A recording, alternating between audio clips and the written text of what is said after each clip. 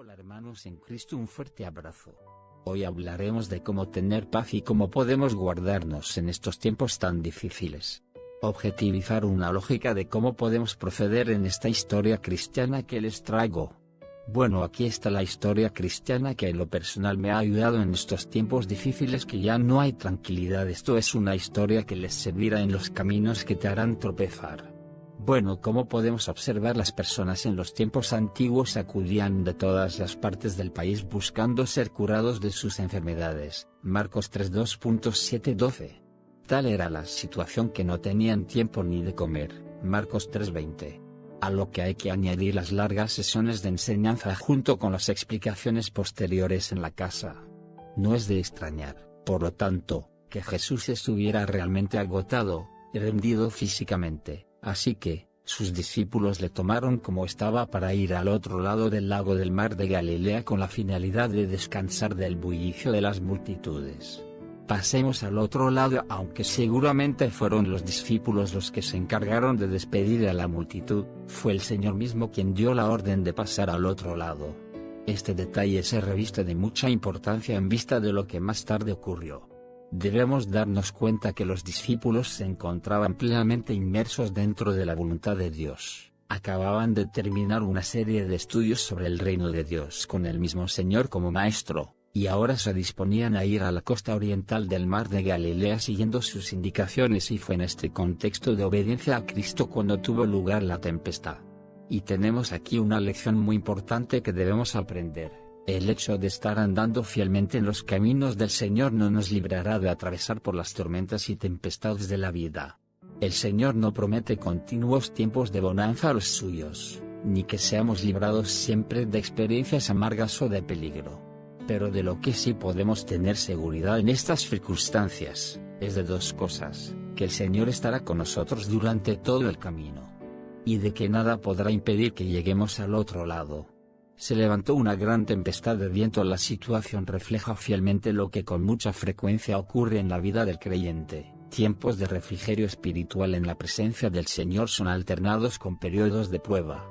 Y como vemos en este pasaje, todo esto es preparado y dirigido por el Señor mismo.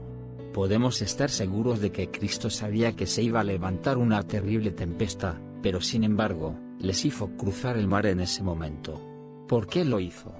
Porque las situaciones prácticas son la única forma adecuada de completar la enseñanza teórica. Sin duda, había sido muy interesante escuchar al Señor predicando acerca de la importancia de la fe, y de lo que Él mismo haría con aquellos que tuvieran fe aunque fuera tan pequeña como una semilla de mostaza. Ahora llegaba el momento de poner en práctica la enseñanza. ¿Tendrían los discípulos fe en esta nueva situación a la que el Señor les estaba conduciendo? Podemos decir que fue una especie de examen por sorpresa, y que si el Señor lo planeó así, era porque estaban preparados para ello. Recordemos que al final de nuestro estudio anterior consideramos la forma que el Señor tenía de enseñar y vimos que les hablaba la palabra, conforme a lo que podían oír, Marcos 4:33. Podemos estar seguros, por lo tanto, de que el Señor creía que ellos estaban preparados para enfrentar una situación así. Él nunca nos colocaría en una situación para la que sabe que no estamos preparados y nunca nos dejará solos para salir de ella. Primera de Corintios versículo 10-13, no os ha sobrevenido ninguna tentación que no sea humana, pero fiel es Dios, que no os dejará ser tentados más de lo que podáis resistir, sino que dará también juntamente con la tentación la salida, para que podáis resistir.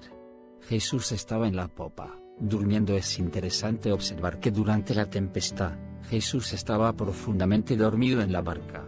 De este detalle aprendemos varias cosas. Lo primero que se aprecia es la humanidad de Jesús. Después de los grandes esfuerzos de esos días, estaba cansado, agotado, necesitado de descanso y sueño. Así que, ni el rugir de los vientos, ni el embate de las olas, ni el girar y descender de la barca, que rápidamente se anegaba, fueron: ¿por qué estáis así amedrentados? ¿Cómo no tenéis fe? Parece un poco extraña una pregunta así a unos hombres que estaban en peligro de perder sus propias vidas. ¿Cómo no iban a estar atemorizados? Por supuesto, el temor de los discípulos era natural e instintivo, pero ¿dónde estaba su fe? El Señor puso el dedo en la llaga con su pregunta: ¿cómo no tenéis fe? El mayor peligro no era el viento o las olas sino la evidente incredulidad de los discípulos. Y así el Señor indicó algo que ocurre con mucha frecuencia: nuestros mayores problemas están en nosotros, no en nuestro entorno. El Señor esperaba que después de tantas manifestaciones de poder como habían visto de Él, ya deberían haber sabido que el barco donde iba el Maestro no podía hundirse. El Señor lo había dicho al comenzar la travesía: pasemos al otro lado. Esto tendría que haber sido una garantía para ellos. Pero el problema fue que se dejaron llevar por sus sentimientos y emociones en lugar de por la palabra del Señor, una tendencia realmente frecuente en el cristianismo de nuestros días. La importancia de la lección en la situación por la que atravesaban, con todo y ser realmente difícil, no tenía punto de comparación con la grave crisis que se desencadenaría en ellos cuando vieran a su Maestro morir en una cruz. El Señor les estaba preparando para ese momento crucial. La lección fundamental que el Señor les intentaba enseñar era la siguiente: el plan divino de la redención de la humanidad no podía zozobrar porque una súbita tempestad hubiese cogido dormido al Mesías. Ninguna fuerza en toda la creación puede destruir su plan para nuestra salvación eterna ni separarnos del amor de Dios que es en Cristo Jesús Señor nuestro. Ro 8:2.38-39. No existe tempestad tan grande que impida el avance del reino de Dios sobre esta tierra. Y de la misma manera, los planes asesinos de los judíos, que llevaron a Cristo a una cruz, tampoco podrían impedir que Dios completara su plan de salvación. Pero hemos de admitir que esta lección era tan sublime e inaudita, tan por encima de toda experiencia normal, que necesitaba muchas lecciones y una larga disciplina para aprenderla bien. De hecho, no llegaron a comprenderla plenamente hasta después de su resurrección. ¿Quién es este, que aún el viento y el mar le obedecen? Pero aún había otra cosa que debían aprender: el hombre que dormía sobre el cabezal era nada menos que Dios manifestado en carne. Cuando se levantó, con una autoridad natural, mandó al viento furioso y al mar embravecido que callaran e inmediatamente se hizo grande bonanza. Seguramente ellos recordarían las palabras del salmista, Salmos 89 2.8-9, tú tienes dominio sobre la braveza del mar, cuando se levantan sus ondas, tú las sosiegas. Este incidente abrió los ojos y las mentes de los discípulos a la majestad de Jesús. Intuyeron que estaban en la presencia de Dios, pero sus mentes no podían entenderlo con facilidad. ¿Cómo podían pensar que Jesús, que hacía un momento dormía agotado en la popa de la barca, era el eterno Dios? Así que, cuando la tempestad se calmó, nuevamente volvieron a tener temor, pero en esta ocasión ya no era por las olas del mar embravecido, sino por la majestad divina de Cristo. También debemos aprender de su confianza en el Padre Celestial. Su sueño tranquilo en medio del mar agitado nos da a entender su plena confianza en Dios su Padre, seguro de que nunca puede fallar. Nos recuerda también el sueño profundo de Pedro la noche antes de ser ejecutado. Hechos versículo 12 2.6. Maestro, ¿no tienes cuidado que perecemos? Cuando la tormenta se desencadenó con toda su furia, aquellos hombres llegaron a angustiarse, se sentían como juguetes de la tempestad y en serio peligro de morir ahogados.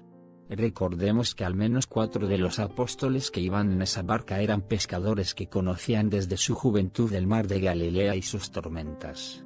Esto nos enseña varias cosas. El Señor puso a prueba su fe en el ámbito de su vida cotidiana.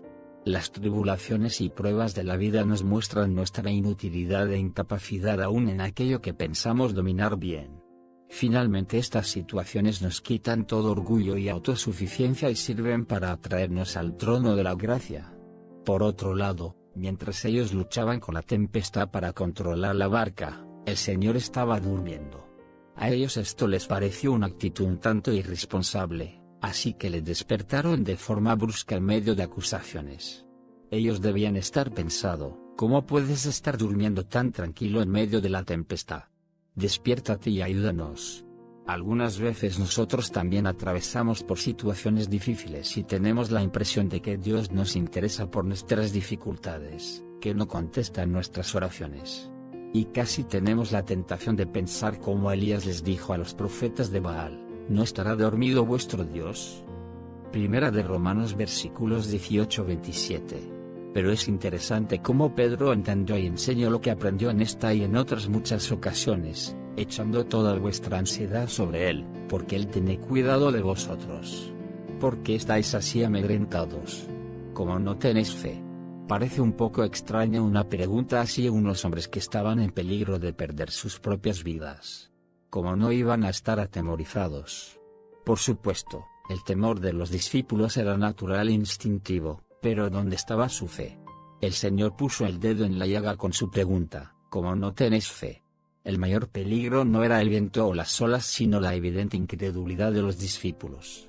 Y así, el Señor indicó algo que ocurre con mucha frecuencia: nuestros mayores problemas están en nosotros, no en nuestro entorno.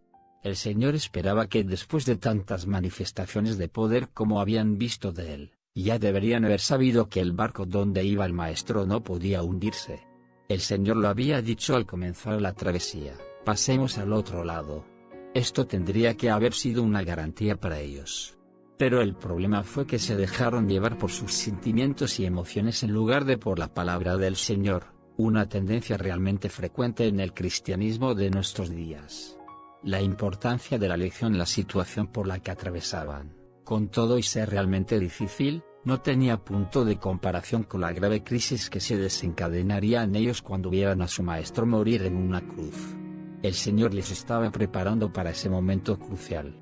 La lección fundamental que el Señor les intentaba enseñar era la siguiente: el plan divino de la redención de la humanidad no podía zozobrar porque una súbita tempestad hubiese cogido dormido al Mesías. Ninguna fuerza en toda la creación puede destruir su plan para nuestra salvación eterna ni separarnos del amor de Dios que es en Cristo Jesús Señor nuestro. Ro 8:2.38-39. No existe tempestad tan grande que impida el avance del reino de Dios sobre esta tierra. Y de la misma manera, los planes asesinos de los romanos, que llevaron a Cristo a una cruz, tampoco podrían impedir que Dios completara su plan de salvación. Pero hemos de admitir que esta lección era tan sublime e inaudita, tan por encima de toda experiencia normal, que necesitaban muchas lecciones y una larga disciplina para aprenderla bien. De hecho, no llegaron a comprenderla plenamente hasta después de su resurrección. ¿Quién es este, que aún el viento y el mar le obedecen? Pero aún había otra cosa que debían aprender: el hombre que dormía sobre el cabezal era nada menos que Dios manifestado en carne. Cuando se levantó, con una autoridad natural, mandó al viento furioso y al mar embravecido que callaran e inmediatamente se hizo grande bonanza. Seguramente ellos recordarían las palabras del salmista, Salmos 89 2.8-9, tú tienes dominio sobre la braveza del mar, cuando se levantan sus ondas, tú las sosiegas.